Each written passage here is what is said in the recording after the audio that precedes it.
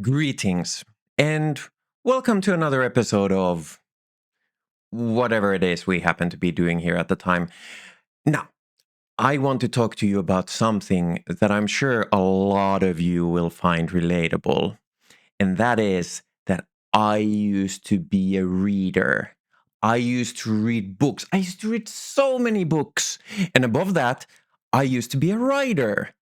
And then whatever the fuck this is happened.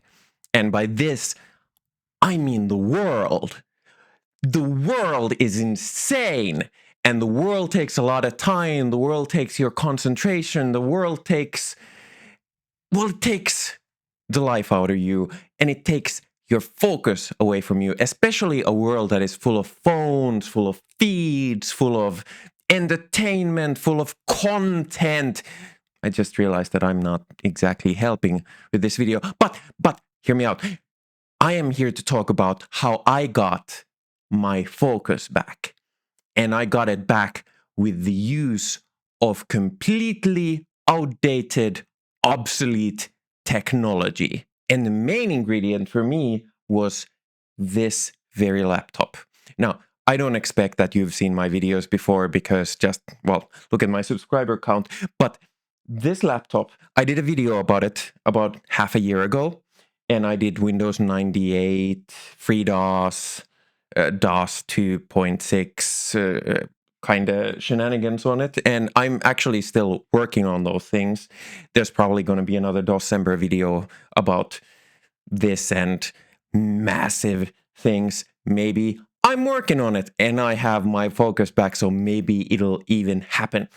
But outdated technology. You know what outdated technologies don't have?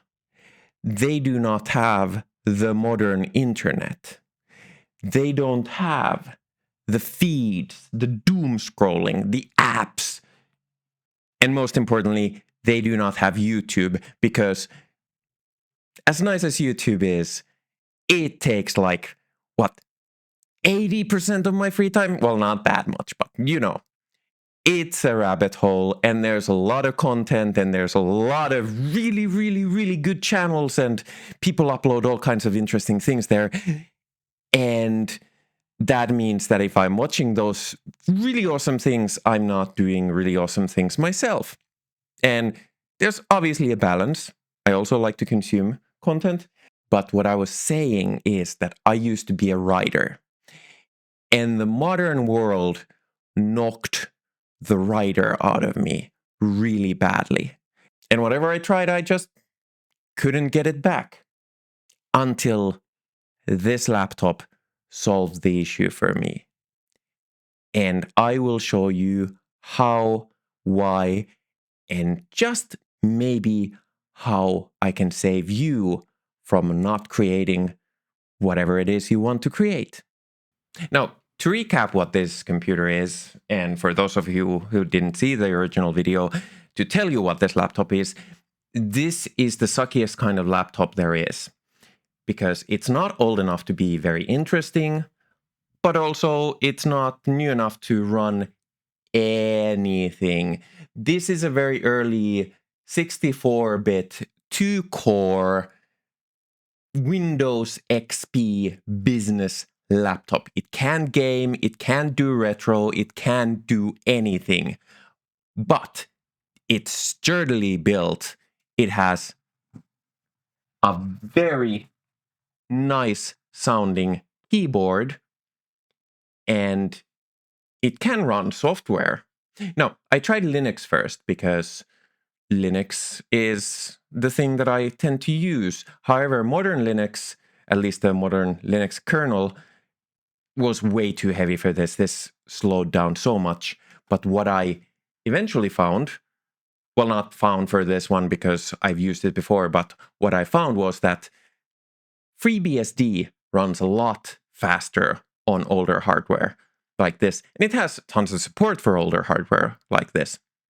So FreeBSD it is, and I found my creativity because this thing does not have games.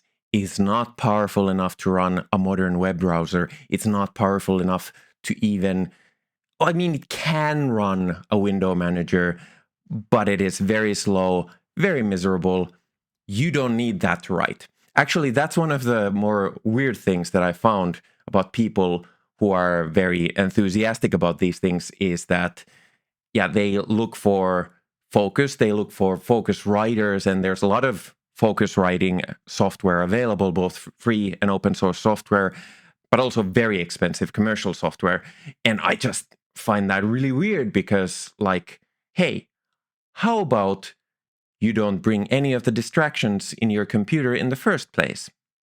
Now, here you can see the stats, and you can probably see it's not going to a graphical user interface. And I know that's scary for some people, but rest assured, it's okay. You can do it. Everybody can do it.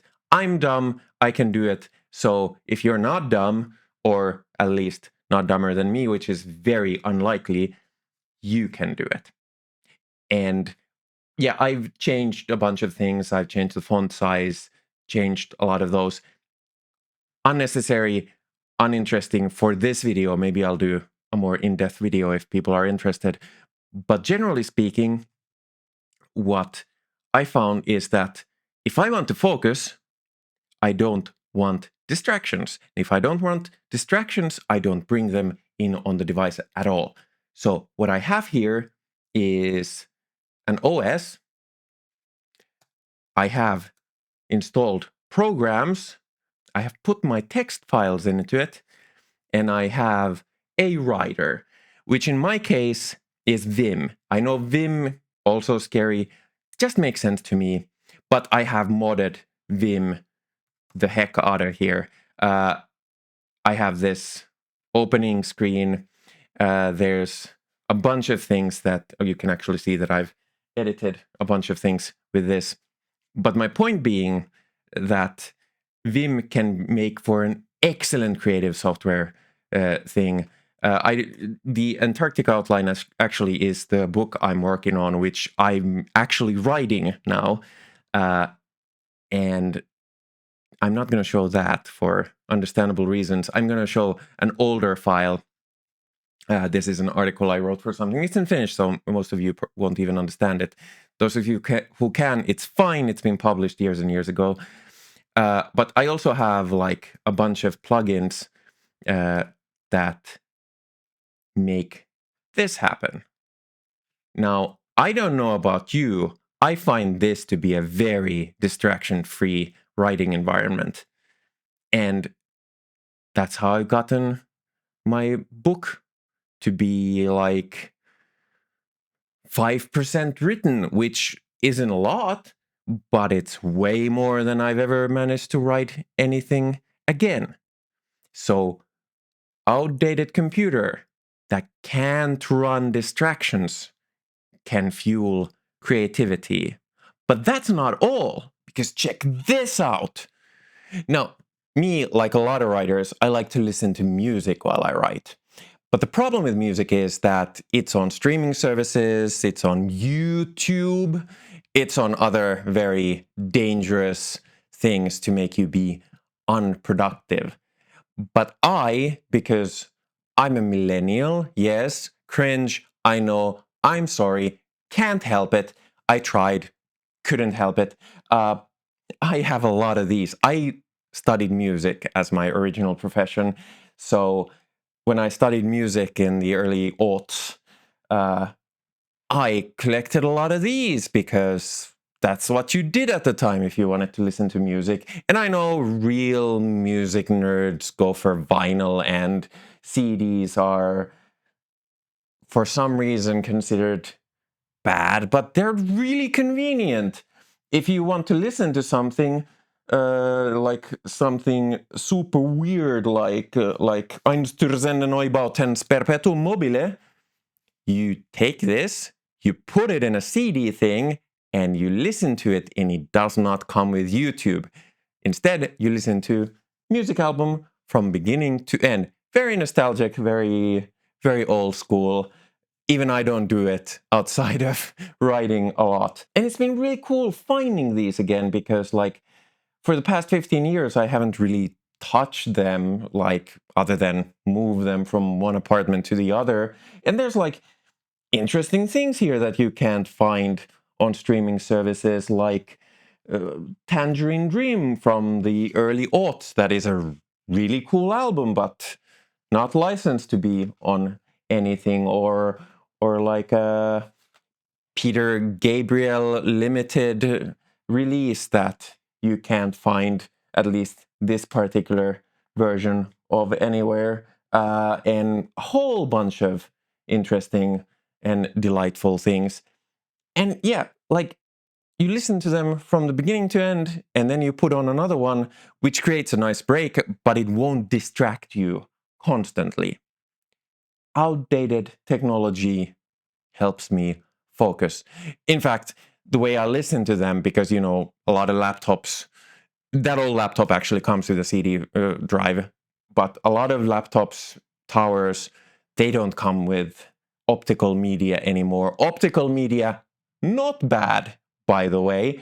Uh, so I listen to them on a console, and I had to connect a PS3 because the PS4 and the PS5 don't support listening to audio CDs, which is insane. Okay, I know the technical reasons why that is, but I dragged out a PS3 to listen to these through the home entertainment setup, and that PS3 not connected to the internet. But Pi, I hear you ask, you magnificent non-binary guru of technology and outdated productiveness, I didn't happen to come across a free, good, nice keyboard having, old, outdated enterprise laptop. What am I supposed to do?